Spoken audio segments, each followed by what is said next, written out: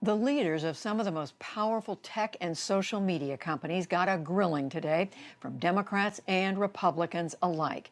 Together, their devices, platforms, and innovations are a part of our everyday lives. The companies are valued at nearly $5 trillion, and they generate hundreds of billions of dollars in revenue.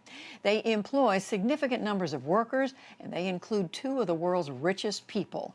But as Amna Nawaz reports, concerns over their practices and their unrivaled power are growing on the part of many lawmakers. Do you swear or affirm under penalty of perjury that... Appearing virtually before the House Judiciary Subcommittee on Antitrust, the titans of tech, leaders from Amazon, Google, Facebook, and Apple, answered accusations that they're too big and too powerful. Many of the practices used by these companies have harmful economic effects. They discourage entrepreneurship, destroy jobs, hike costs, and degrade quality. Simply put, they have too much power. Amazon faces questions over giving its own products an advantage on its massive online marketplace. Apple is accused of making it harder for App Store rivals to compete. Facebook is criticized for acquiring potential rivals like WhatsApp and Instagram. And Google has been alleged to use its search and advertising systems to squash its competition. Today marked the first time that Amazon CEO Jeff Bezos has appeared before Congress. Bezos founded Amazon in 1994. Today, it's worth more than $1.5 trillion and accounts for 38% of all online retail sales in the U.S. He defended that growth today.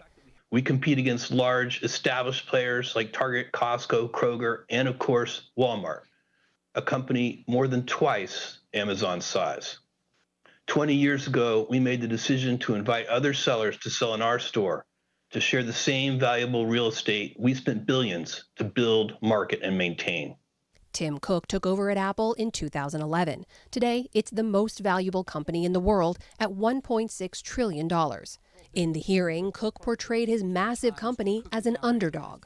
Our goal is the best, not the most.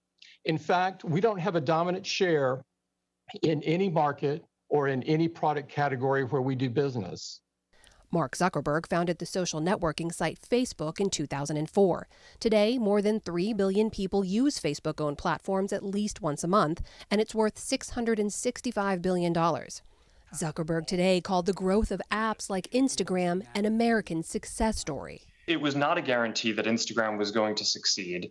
The acquisition has done wildly well, largely because not just of the founders' talent, but because we invested heavily in building up the infrastructure and promoting it and working on security and working on a lot of things around this. And I think that this has been an American success story. Sundar Pichai has led Alphabet and Google since 2015.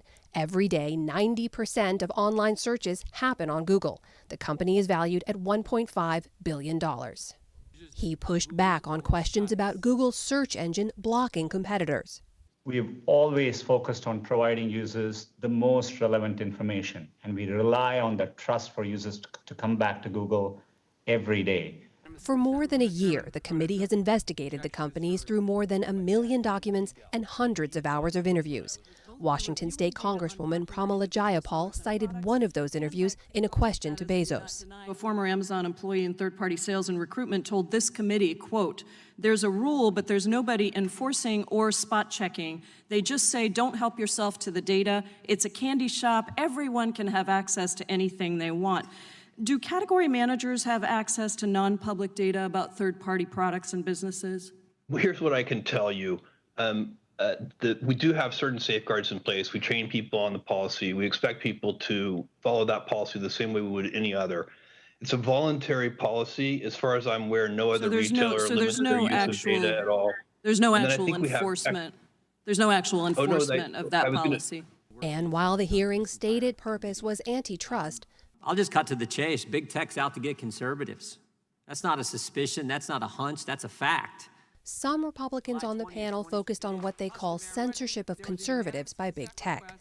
Congressman Jim Sensenbrenner of Wisconsin. Conservatives are consumers too. And the way the net was put together in the eyes of Congress is that everybody should be able to speak their mind. Zuckerberg pushed back. Frankly, I think that we've distinguished ourselves as one of the companies that defends free expression the most. We do have community standards around things that you can and cannot say. On the other side of the aisle, Congressman Jamie Raskin, a Maryland Democrat, asked what platforms are doing to combat hate speech and election meddling. Is there nothing that can be done about the use of Facebook to engender social division in America? Since 2016, there have been a lot of steps that we've taken to protect the integrity of elections. We've hired, I think it's more than 30,000 people to work on safety and security.